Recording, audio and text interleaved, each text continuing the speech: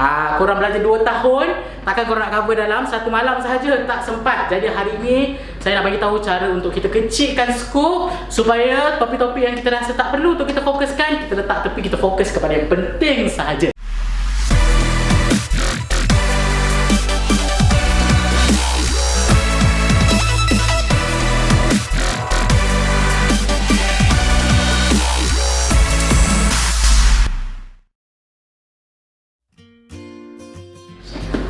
Assalamualaikum warahmatullahi wabarakatuh. Anda bersama saya lagi, Sir Histrozi dalam e-tuition subjek sejarah. Dan untuk hari ini merupakan kelas mandat terakhir daripada Sir Histrozi untuk Form 5 Form 5 Pro Max yang akan mengambil paper sejarah pada esok hari untuk kertas 1 dan kertas 2. Dan juga pada lusa korang akan ambil kertas 3. Okey, so kalau korang tengok tajuk, saya ada tulis mengenai ramalan ataupun bocor. Adakah saya akan bagi soalan bocor hari ni? Tak tahu. So, sebelum kita pergi ke bahagian itu, so kita tengok dahulu apa yang saya nak bagi tahu di awal ini adalah mengenai pembahagian soalan. Penting untuk sehari sebelum untuk korang tahu mengenai pembahagian soalan. Sebab kenapa? Sebab di akhir-akhir waktu ini, last minute macam ni, korang kena tahu soalan mana yang kena korang fokuskan lebih dan soalan mana yang korang tak perlu fokuskan lebih. Sebab apa? Sebab korang kena tahu kat mana korang nak spend masa lebih. Sebab korang diberi masa secukupnya je untuk menjawab sesuatu paper. Jadi sebenarnya pembahagian soalan ni korang nak belajar pada awal-awal masa korang belajar sejarah. Tapi tak apa, saya ulang balik. Dan pada hari ini juga, kenapa kita belajar benda ni? Untuk kita kecilkan skop. Kenapa kita nak kecilkan skop? Disebabkan Form 4, Form 5 campur. Form 4 ada 10 bab, Form 5 ada 9 bab, 19 bab untuk kita cover dalam masa 1 malam tidak cukup dek oi. Korang belajar 2 tahun, takkan korang nak cover dalam 1 malam sahaja, tak sempat. Jadi hari ini saya nak bagi tahu cara untuk kita kecilkan skop supaya topik-topik yang kita rasa tak perlu untuk kita fokuskan, kita letak tepi, kita fokus kepada yang penting sahaja. Okey? So, yang pertama, macam korang tahu, kertas sejarah ada 3 paper, kertas 1, kertas 2 dan kertas 3. Kertas 1 30 markah, korang akan diberikan 40 soalan objektif dan kertas 1 tak ada tips melainkan buat pembacaan. Maksudnya korang kena baca. Sebab apa? Sebab kertas 1 setiap bab akan ada dan akan ada minimum 2 soalan objektif. So kat sini memang susah untuk korang, orang kata target kat sini. Yang paling penting adalah banyakkan pembacaan dan korang dapat 30 markah. Senang je ni sebab korang bulat. Jawapan dah ada, korang pilih yang mana betul sahaja. Okey? Dan yang paling korang kena pentingkan adalah kertas 2. Sebab apa? Kertas 2 50 markah, separuh daripada keseluruhan markah untuk kertas sejarah. Okey? Nanti kita akan tengok macam mana kita nak skor soalan ni, sebab ini yang paling kita kena fokuskan. Dan yang ketiga, kertas 3 20 markah. Ini pun saya rasa tak perlu kita fokuskan. Sebab apa? Sebab kertas 3 open book. So bila korang open book, korang boleh bawa bahan bercetak, korang boleh bawa buku teks. Dan sebenarnya, dan korang pun tahu korang dah dapat tajuk awal, betul tak? Korang dapat tajuk awal, apa tajuk yang masuk. Dan preparation yang korang boleh buat adalah sebelum masuk ke dewan. Okey? Sebelum masuk ke dewan, sehari sebelum, korang prepare semua bahan yang korang ada. Korang cari internet, korang google. Okey? Contoh kalau masuk bab yang ke-6 pembentukan Malaysia, korang search je pembentukan Malaysia bab 6 sejarah tingkatan 5 kertas 3 skema jawapan dekat Google. Dia akan keluar banyak. Korang cari yang mana yang korang rasa sesuai dan korang compilekan, korang print, korang bawa je pergi sekolah time paper 3 nanti. Ataupun kalau contoh korang tak mampu, korang bawa je buku teks masuk. Korang ada buku teks kan? Korang bawa je buku teks masuk, korang cari je point dalam buku teks. Tapi nasihat saya, siapa yang bawa buku teks, korang sediakan nota awal. Jangan bawa bungkus teks, korang salin semua, sakit tangan ni weh. Korang nak salin semua buku teks, sakit tangan. So better korang buat nota awal, so korang tahu bahagian mana yang penting, bahagian mana yang tak penting. Kertas 3 tak penting bagi saya. 20 markah ini dalam tangan korang. Okey, korang tak akan dapat full markah, korang akan dapat dalam belas-belas macam tu. Okey, tapi saya rasa cikgu korang akan bantu korang untuk sediakan bahan, jangan risau. Ataupun dia akan guide korang macam mana nak cari bahan. So kertas 3 ni, korang just anggap yang korang dah ada lebih kurang minimum 15 markah. Okey, dalam tangan, insya-Allah. Okey, kalau korang betul-betul usaha, prepare sehari sebelum untuk cari bahan untuk kertas 3. Untuk hari ini, tips yang saya bagi adalah bagaimana kita menjawab kertas 2. Berpusing saya kat sini. 50 markah, separuh daripada keseluruhan paper sejarah. Jadi tolonglah fokus dekat kertas 2 ni. So, kertas 2 macam biasa korang tahu dibahagikan kepada dua bahagian. Bahagian bahagian A dan juga bahagian B. Bahagian A korang ada 40 soalan objektif. Okey? Bukan. Soalan A, bahagian A korang ada 4 soalan struktur ataupun 4 soalan subjektif. Okey, dan pembahagian soalan dia soalan 1, 2, 3, 4. Soalan 1, 2 confirm daripada tingkatan 4. Soalan 3, 4 confirm daripada tingkatan 5. Jadi korang tahu pembahagian soalan dekat situ dan wajib jawab semua. Jangan tinggal satu, jangan tinggal kertas kosong. Itu aku cepuk orang kan siapa yang tinggal kertas kosong saya. Okey, tolong jangan tinggal kertas kosong Tak tahu jawab je, korang hentam je lah. Yang penting korang jawab. Jangan tinggal kertas kosong. Sebab apa? Sebab pemeriksa kalau korang jawab dia akan cuba cari markah untuk korang. Tapi korang janganlah jawab mengarut. Korang jawab orang kata ikut je apa yang korang rasa yang related. Kalau korang betul-betul tak boleh nak jawab. Okey, dan dua ajaran markah dia adalah sama ada dia akan bagi satu soalan ni dia akan pecahkan 3 A, B, C. Okey, satu soalan 2 markah, 3 markah ataupun 4 markah. Dan lazimnya satu soalan adalah 10 markah full je. So kalau 4 soalan, korang akan diberikan markah full. Untuk bahagian A adalah 40 markah jawab semua. Okey, dapat kat situ. So itu untuk bahagian A. Untuk bahagian B, korang akan diberikan 7 soalan. Okey, dan korang hanya pilih 3 saja. Okey, dan bagaimana pembahagian penyusunan soalan dia? So dia akan bermula pada soalan 5, 6, 7, 8 sampai 11 dan lazimnya ini fokus soalan 5, 6, 7 adalah daripada tingkatan 4. Okey, soalan 5, 6, 7 daripada tingkatan 4 dan soalan 8 daripada tingkatan 4 ataupun tingkatan 5. Dia terpulang kepada pembuat kertas soalan. Kalau tahun ni dia nak lebihkan tingkatan 4, dia akan buat 5, 6, 7, 8 tingkatan 4. Kalau dia nak lebihkan tingkatan 5, dia akan buat 3 je soalan tingkatan 4, 8, 9, 10, 11 tingkatan 5. Okey, so 8 ini kadang-kadang dia pilih tingkatan 4, kadang-kadang dia tulis tingkatan 5. Okey, dan soalan 9, 10 dan 11 lazimnya adalah soalan tingkatan 5. Yang terakhir, 3 yang terakhir adalah tingkatan 5. Tengok kat sini pembahagian dia. 3 terawal tingkatan 4, 3 terakhir tingkatan 5. Soalan nombor 8 yang di tengah-tengah kadang-kadang tingkatan 4, kadang-kadang tingkatan 5. Dia bergantung kepada pembuat kertas soalan tahun itu. Okey, so lagi satu benda yang tips yang paling penting adalah kalau korang tengok analisis soalan, okey, daripada daripada 2013. Okey, soalan nombor 10 dengan nombor 11 ni kita dah boleh agak soalan bab berapa dia akan tanya. Soalan 10 lazim ikut kebiasaan kertas-kertas sebelum ini. Soalan nombor 10 dia akan tanya bab 5 dia akan tanya bab tingkatan 5 bab 8. Tingkatan 5 bab 8 mengenai pembangunan dan kesejahteraan. Yang korang belajar pasal rancangan Malaysia pertama, kedua, ketiga, Malaya pertama, Malaya ketiga, dasar kependudukan, dasar ekonomi baru, dasar ini, dasar itu, bahasa kebangsaan, sistem pendidikan, akta-akta pendidikan, semua tu semua adalah bab 8 dan lazim kebiasaan satu soalan akan keluar daripada bab yang ke-8 berdasarkan kertas-kertas soalan yang sebelum ini. Dan soalan nombor 11 memang daripada kebiasaan sama macam soalan nombor 10, dia akan tanya bab ke-9 tingkatan 5.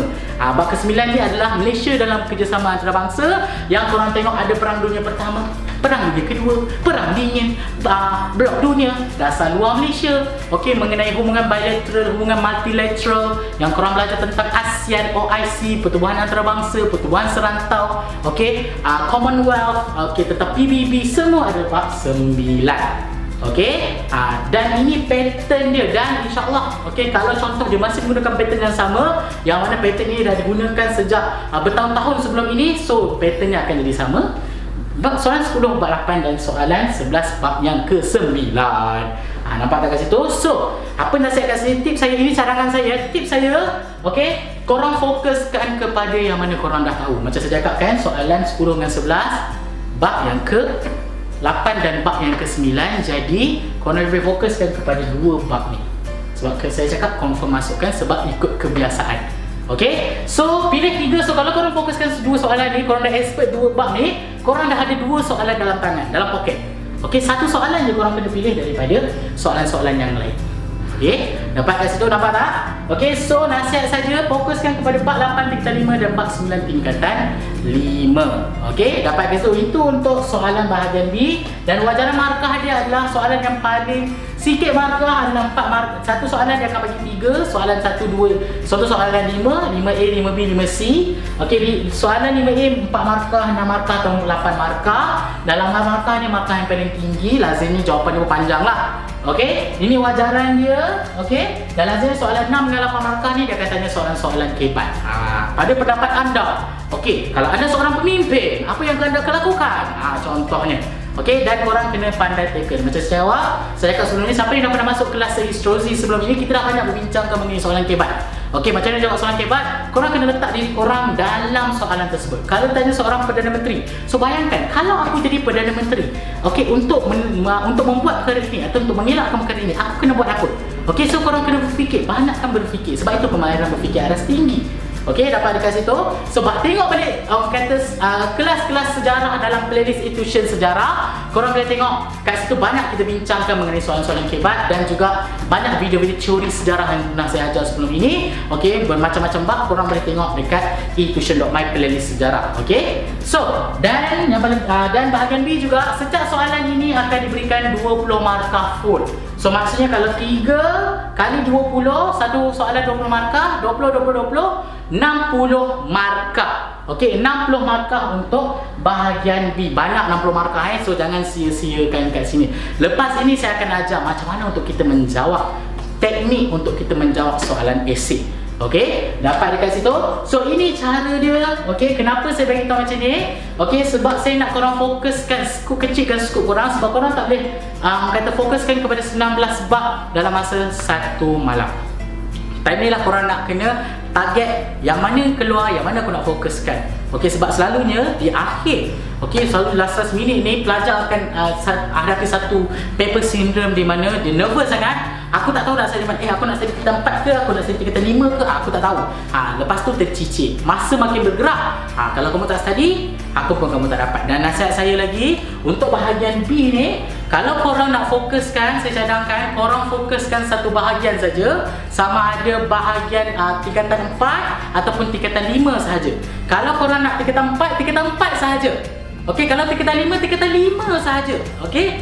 Itu untuk bahagian B. Sebab kita nak kecilkan skop. Cadangan saya kita nak kecilkan skop. Kalau korang fokus tingkatan 5 sahaja. So macam ni, soalan bahagian B 5, 6, 7, 8 ini korang tak payah fokuskan sangat. Okey, korang fokus soalan 9, 10 dan 11. Cadangan saya. Bukan saya kata tak payah baca langsung, korang baca, tetapi korang fokuskan kepada bahagian tingkatan 5. Sebab apa? Sebab apa saya suruh fokus tingkatan 5? Sebab tingkatan 5 korang berada pada tingkatan 5. Kalau korang nak fokus tingkatan 4, tahun lepas jadi korang nak dapat balik tu sangat susah sebab dah lama. Jadi korang dah lupa apa yang cikgu korang ajar sebelum ini.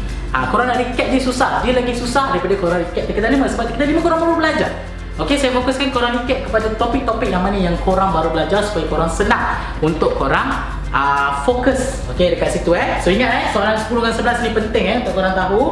So, itu bahagian A dengan bahagian B. Bahagian A, macam saya cakap, tak ada pilihan untuk korang pilih. Sebab apa? Sebab soalan kena jawab semua soalan 1, 2, 3, 4. 1, 2, 3, 4, 3, 4 adalah soalan tingkatan 5. Tapi saya cakap fokuskan kepada soalan yang banyak markah dekat sini. Ini boleh fokuskan, okey, tapi korang fokus kepada topik-topik yang penting sahaja. Okey, dapat dekat situ. So, saya dah terangkan. Okey, so bila korang fokuskan, korang dah dapat 50 markah. Bukan 50 markah lah. Okey, korang boleh dapat up to 50 marks dekat sini. Dan contoh kalau korang dapat, contohlah dalam 40 markah. Okey, kalau betul-betul fokus kertas 2.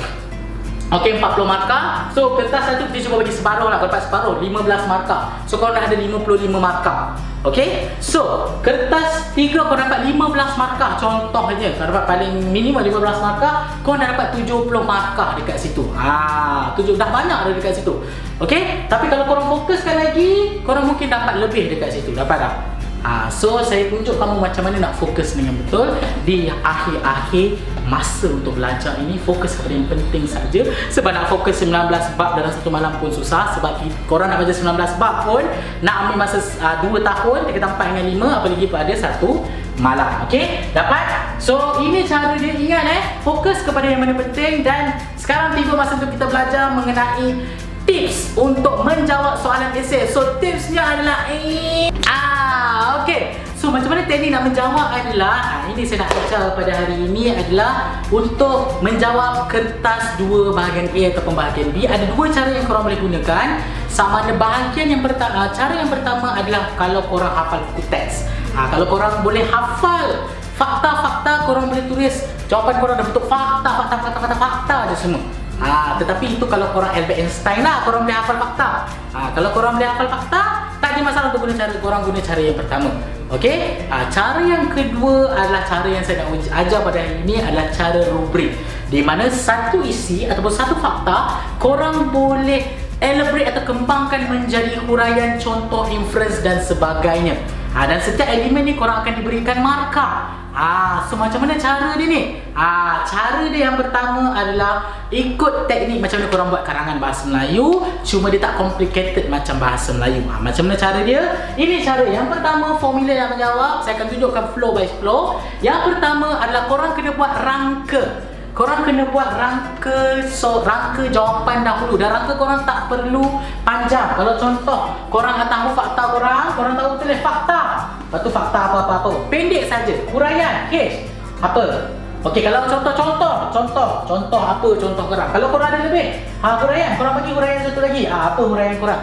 Pendek, tak perlu panjang. Ini adalah untuk guide korang saja. Kenapa penting rangka ni? Sebab rangka untuk mengelakkan korang blank. Sebab kalau korang buat rangka awal, korang tahu lepas satu point korang nak letak apa, lepas satu point korang nak letak apa. Kalau korang tak ada rangka, korang akan blank. Lepas ni, kau tulis apa ni? Korang tak tahu nak rujuk mana. Tapi kalau korang dah ada rangka, korang tahu, korang ada rujukan untuk korang buat. Jadi bila dah masuk ke bahagian B, korang tulis dulu rangka korang. Korang tengok soalan, korang tulis rangka dulu. Buat rangka ringkas dan jangan bazir masa untuk buat rangka lama sangat. Kalau korang buat rangka, korang tak buat korang punya exam, korang punya essay, siap. Okey, rangka ni just spend masa saja, sedikit saja. 2-3 perkataan cukup untuk setiap soalan. Dan bila dapat baru korang buat. Macam korang buat essay. Essay pun perlukan rangka, kalau tidak korang akan melalui. Okey, korang akan blank dan sebagainya. Okey, dapat dekat situ. So itu yang pertama, kena ada rangka. Yang kedua, perlu ada kepala soalan. Apa itu kepala soalan? Kepala soalan adalah orang kata ayat pertama di setiap permulaan isi korang. Contoh soalan macam ni, mengapakah bendera penting kepada rakyat? So kepala soalan dia akan berbunyi, bendera penting kepada rakyat kerana, baru masuk korang punya jawapan. Okey, dan setiap soalan kena ada kepala soalan wajib. Sebab apa? Apa penting kepala soalan? Adalah untuk membantu korang mengasingkan soalan mana dengan soalan yang mana. Kalau korang terus masuk isi, pemeriksa tak tahu, ini isi untuk soalan berapa, ini isi untuk soalan berapa, ini isi untuk soalan berapa. So penting untuk korang tulis kepala soalan. Itu yang kedua. Yang ketiga, gunakan teknik rubrik. Ini saya cakap formula dia, teknik bagaimana korang menulis esei. Okey, iaitu ini teknik dia. Yang pertama, korang kena tulis kepala soalan dahulu. Macam saya cakap tadi, kepala soalan diteruskan dengan F ataupun fakta. Fakta ini saya cakap, kalau korang boleh hafal buku teks, gunakan cara pertama, korang boleh tulis semua fakta sahaja. Dan fakta ni kena tepat. Tak tepat, habislah salah. Dan teknik rubrik adalah untuk membantu kalau kamu tak ingat banyak fakta. Kamu ingat satu fakta, tapi dia mengajar kamu macam mana kamu nak elaborate atau kembangkan fakta itu menjadi huraian, contoh dan juga inference. Okey, macam mana buat inference saya akan ajar nanti. Okey, macam mana buat inference dan juga huraian. Dan ini dia punya orang kata formulanya. Dan selalunya student akan jadi masalah bila nak buat huraian. Macam mana buat huraian saya tak tahu. Huraian adalah kamu kena relatekan dengan fakta. Dan macam mana buat soal huraian? Huraian boleh jadi anything asalkan kamu dalam lingkup soalan macam ni. Kau kena tanya apa, siapa, bila, di mana, bagaimana dan mengapa. Okey? Dan lazimnya dia akan tentu mengenai mengapa dan bagaimana. Okey? So bila kamu dapat fikir macam ni, kamu dapat tulis orang kata huraian yang lengkap dekat situ. Contoh, saya cakap, mengapakah benda penting kepada rakyat? So kamu letak fakta kamu, lepas letak fakta kamu tulis hal ini kerana, kenapa. Itu dah jadi huraian. Kalau kamu boleh bagi contoh, lagi bagus. Okey, dan kalau kamu boleh bagi inference yang membezakan pelajar itu matang ataupun tidak dalam menulis dia punya jawapan. Inference ini adalah kesimpulan kecil. Apa yang berlaku selepas itu? Apa harapan kamu? Kalau kita buat fakta macam ni, apa yang berlaku selepas itu? Apa yang berlaku selepas itu? Itu inference atau kita panggil sebagai kesimpulan kecil. Dan kalau kamu dapat lengkapkan formula ini dengan sebaik mungkin, setiap satu ini kamu akan dapat satu markah, satu markah, satu markah dan satu markah. Korang boleh dapat 4 markah untuk 1 point. Itu baru 1 point. Kalau korang ada 3 poin, korang guna teknik yang sama, korang boleh dapat lebih daripada markah yang diberikan. Nampak tu? So jangan lupa guna formula rubrik ini. Fakta, huraian, contoh dan juga inference. Kalau korang ada 5 huraian, korang letak 5 huraian. Kalau korang tak ada contoh, tak ada masalah. Ini macam mana susunan dia saja. Yang paling penting kena ada fakta. Okey, huraian, fakta, huraian, inference tak ada masalah. Fakta, huraian, contoh tak ada masalah. Fakta, contoh, inference tak jadi masalah. Ini susunan sahaja. Okey, dan macam saya cakap, setiap elemen ni akan diberi markah 1. Fakta 1, huraian 1, contoh 1, inference 1. Okey, soalan-soalan lazimnya soalan macam ni dia tanya untuk soalan 6 markah ataupun 8 markah untuk bahagian B. Jelaskan, bincangkan pada pendapat anda, contohnya. Okey, dapatkan situ. So ini cara dia untuk korang menulis. Kita ambil satu soalan, kita cuba gunakan teknik yang saya cakap ni. Okey, yang pertama. Okey, mengapakah bendera penting kepada rakyat Malaysia? So, macam biasa, tulis dulu kepada soalan. Bendera, okey, sangat penting kepada rakyat kerana kerana apa? Baru masuk korang punya fakta. Dan fakta kat sini apa dia? Kenapa? Korang fikir, kenapa bendera penting? Jawapan saya adalah menjadi identiti rakyat Malaysia. Identiti rakyat Malaysia, itu saya punya fakta saya. Identiti rakyat Malaysia. Okey? So kamu tulis balik, kerana, tulis balik, bendera merupakan apa? Merupakan identiti rakyat Malaysia. Okey, identiti rakyat Malaysia. Okey, dah sampai huraian. So macam mana tulis huraian? Macam saya cakap, korang kena tahu ACBD bang. Apa itu ACBD bang? Apa, siapa, bila, di mana, bagaimana dan mengapa. Dan untuk soalan ni, korang tengok yang mana paling sesuai untuk korang buat huraian. Kat sini adalah mengapa. So kamu boleh gunakan mengapa. So mengapa identiti rakyat ini penting? Okey, kenapa? Okey, kenapa? Korang boleh tanya macam tu. Bagaimana? Okey, bagaimana caranya? Korang cakap, hal ini kerana. Okay, hal ini kerana. Okey. Pen biru. Okey, hal ini kerana setiap rakyat di sebuah negara mempunyai keunikan, identiti mereka tersendiri.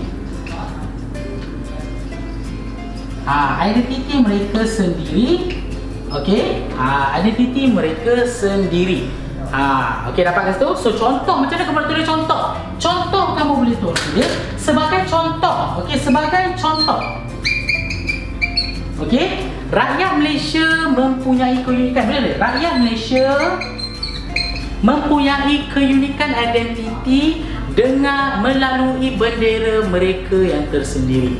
Okey, kita nak cakap contohnya, rakyat Malaysia mempunyai keunikan bendera kita sendiri. Korang terang balik, bendera kita ada berapa pucuk, bendera kita ada berapa warna. Terangkan balik, itu boleh jadikan contoh. Nampak tak? So itu menandakan identiti kita unik. Okey, dapat dah dekat situ. Kau terus balik.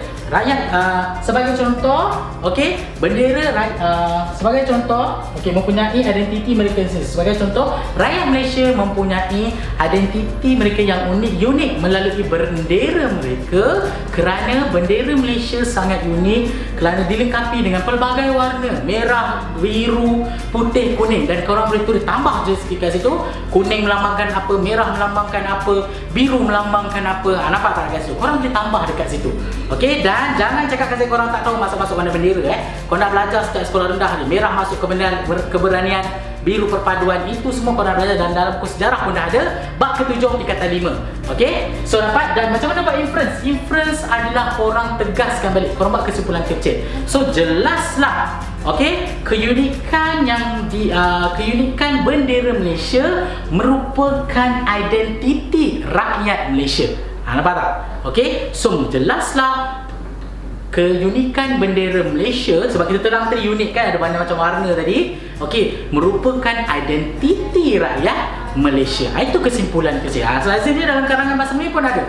Jelaslah, tegaslah. Okey, jelaslah, selalu jelaslah dan tegaslah lah korang pakai. Dan kalau korang tulis benda ni, okey, selalu dan mengikut formula yang saya bagi, okey, insya-Allah korang akan dapat 4 markah. Korang dah ada kat sini fakta, korang dah ada huraian, korang dah ada contoh, korang dah ada inference. Inference tak tulis sebab tak cukup 4 korang bagi inference tadi. Okey, macam saya cakap, inference gunakan perkataan jelaslah, tegasnya dan sebagainya. Okey, apa yang terjadi selepas tu ataupun apa kesimpulan kecil yang korang boleh buat melalui ayat tersebut ataupun jawapan tersebut. Okey, dapat dekat situ dan ini cara dia. Okey, dan macam saya cakap, kalau ikut flow ni, korang guna penanda wacana. Macam mana bila nak guna penanda wacana? Sebab ini baru satu fakta. Okey, baru 4 markah. So korang ada 6 markah. So 2 lagi. So tulis untuk next punya fakta, korang tulis dalam perenggan yang baru. Tulis dalam perenggan yang baru bermulakan dengan penanda wacana. Selain itu, okey, bendera penting kepada rakyat Malaysia lagi kerana apa? Bagi fakta kedua kepada soalan, bagi fakta kedua huraian contoh dan sebagainya. Ikut balik flow yang saya cakap. Yang paling penting, perenggan yang kedua selepas perenggan yang pertama, gunakan selain itu. Seterusnya, okey, di samping itu gunakan penanda wacana macam korang buat dalam SABM. So dalam satu essay tu mungkin ada 2 atau 3 perenggan. Bezakan 1 poin untuk 1 perenggan. Itu yang paling penting. Okey, dapat dari kat situ. Dan kalau korang ikut flow yang saya bagi, insya-Allah, okey, korang dapat menjawab dengan tenang, okey, untuk exam esok. Jangan lupa join saya KSFHCI pada soalan fakta huraian contoh inference. Huraian macam saya cakap kena ada apa, siapa, di mana, apa, siapa, bila, di mana, bagaimana dan mengapa. Okey, dan kalau guna cara ini, insya-Allah korang tak ada masalah untuk menjawab esok. Dapat dekat situ. So, saya rasa sampai di situ saja kelas saya hari ini. So saya dah sediakan satu bahan penting dekat description dekat bawah. Korang boleh tengok description dekat bawah ni. Saya bagi 3 bahan. Yang pertama, saya bagi topik-topik yang saya dah analisis, saya dah tengok. Okey, yang mungkin masuk ramalan ataupun bocor, saya pun tak tahu. Kalau bocor, alhamdulillah. Kalau ramalan, kita tengok je macam mana. Saya dah bagi tingkatan 4, okey, topik-topik yang penting dan juga tingkatan 5 topik-topik yang penting. Dan bahan yang ketiga, saya dah terangkan apa yang saya terangkan tadi dalam bentuk penulisan. Okey, korang boleh baca balik. Cara pertama macam mana, cara flow kedua macam mana, ketiga macam mana. Apa yang saya terangkan tadi, saya dah terangkan, saya dah letakkan dalam bahan yang ketiga. So ada 3 bahan, form 4, form 5 dan juga bahan untuk cara menjawab. Tapi nasihat saya cakap, kalau korang nak jawab, pastikan korang kecilkan skop korang. Kalau korang nak fokus tingkatan 4, tingkatan 4 saja. Tingkatan 5 korang baca sikit-sikit saja. Kalau korang nak fokus tingkatan 5, tingkatan 5 saja. Tingkatan 4 korang fokus sikit-sikit saja. Sebab tu saya separatkan tingkatan 4, tingkatan 5 supaya korang boleh pilih yang mana korang nak baca, yang mana korang nak fokuskan untuk beberapa jam sebelum korang exam ni. So macam saya cakap, saya dah beritahu sampai tingkatan 5. Pasal tingkatan 5 tadi, soalan 10, 11 selalu keluar soalan yang sama. So korang tahu korang nak fokus bahagian mana. Nasihat saya, cara dengan saya, korang fokuslah tingkatan 5. Sebab tingkatan 5 adalah topik yang korang baru belajar tahun ini, berbanding tingkatan 4 yang korang dah lama tinggalkan. Tambah-tambah lagi, tingkatan 5, soalan 10 dengan 11 bahagian B lazim keluar. Soalan 10 bab 8, soalan 11 bab 9. Okey, mengikut kebiasaan soalan yang ditulis. Okey, so jangan lupa dapatkan bahan di bawah. Kalau soalan yang saya masuk, yang saya berikan di bawah masuk, alhamdulillah. Kalau tak masuk, tak apa, kita tawakal sahaja. So kalau masuk, nanti jangan lupa untuk letak komen dekat bawah. Okey, dekat video ni korang komen anything yang korang nak cakap, korang nak tanya, korang boleh komen. Saya akan ada untuk jawab komen-komen korang. Okey, anything yang korang tanya, korang boleh komen. Dan nanti esok bila korang dah tengok video ni, esok bila korang dah habis exam, korang masuk video, tengok keluar apa yang saya bagi. Jangan lupa untuk datang kembali ke video saya dan bagi tahulah yang mana yang masuk. Okey, untuk saya tahu, okey, bahagian mana yang masuk. Okey, seronok untuk saya membantu pelajar-pelajar SPM Pro Max tahun ni. Okey, so dapat dekat situ. So jangan risau. So last word daripada saya, tolong buat preparation awal. Kertas 3 tolong, kalau tak sempat hari ni kertas 3, esok lepas kertas 1, kertas 2, korang fokuslah kertas 3. Cari sebanyak mana bahan bercetak yang bahan bercetak korang boleh cari, korang korang bawa masuk dalam Dewan Exam. Untuk hari ni tolong fokuskan kepada apa yang saya cakap tadi. Kecilkan skop korang. Tak perlu korang hafal ke 19 bab, sebab ianya hanya memeningkan kepala korang. Korang pandai target yang mana, yang mana korang rasa penting. Okey, dan gunakan info-info daripada cikgu korang, daripada mana-mana bahan korang ada. Korang cuba comparekan mana bahan, mana topik yang selalu dibincangkan, mana topik yang kamu rasa yang akan masuk. Okey, kamu dapatkan info daripada saya, korang dapatkan daripada mana-mana bahan, kamu comparekan. Di situ kamu akan dapat kamu punya flow ataupun topik atau fokus kamu sendiri untuk menjawab untuk esok hari ini. Jangan lupa untuk tidur kawan. Okey, jangan nervous. Okey, dan yang paling penting selalu saya cakap dekat pelajar saya, janganlah tinggal kertas kosong. Tolonglah jangan tinggal kertas kosong.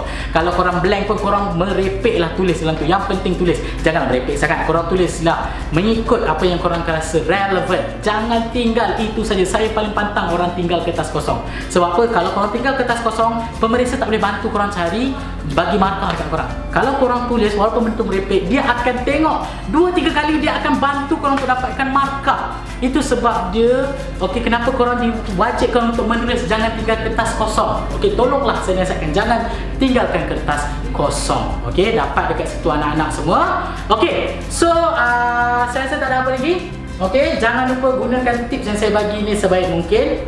Okey, saya doakan yang terbaik untuk anak-anak saya, anak-anak adik-adik saya, pelajar-pelajar SPM 2020. Okey, sebab korang sangat unik. Okey, saya tahu berapa struggle untuk korang belajar. Saya tahu korang adalah batch yang paling banyak orang kata struggle dia berbanding batch saya, berbanding dengan batch-batch sebelum ni. Korang adalah batch yang terbaik. Sebab apa? Sebab korang SPM korang terpaksa belajar dalam keadaan yang sangat membebankan. Dan kalau korang mampu, buktikan korang mampu membuat exam ni, insya-Allah. Okey, ataupun kalau korang mampu, buktikan korang mampu buat exam ni dengan terbaik, itu membuktikan batch korang adalah batch yang terbaik. Sebab korang belajar buat exam dalam keadaan yang sangat-sangat membebankan dengan situasi pandemik kita pada hari ini. Okay, you got all my respect pelajar-pelajar SPM Pro Max. Jadi buktikan, okay, untuk SPM kali ni korang boleh buat yang terbaik. Tak kisahlah korang kelas online ke, kelas apa ke, yang penting korang tahu bahawa korang belajar untuk korang banggakan dua insan utama dalam hidup korang, iaitu mak ayah korang. Okay, ataupun korang banggakan diri korang sendiri. Okey, itu last word daripada saya Histrozi. Madat terakhir daripada saya akan merindui korang pelajar-pelajar SPM tahun 2020. Kita jumpa lagi pada masa hadapan. Wabillahi taufiq wal hidayah. Maafkan saya kalau saya tersilap cakap atau terkasar bahasa. Okey, kita jumpa lagi. Wabillahi taufiq wal hidayah. Wassalamualaikum warahmatullahi wabarakatuh. Bye bye. Bye semua, kita jumpa lagi. Bye.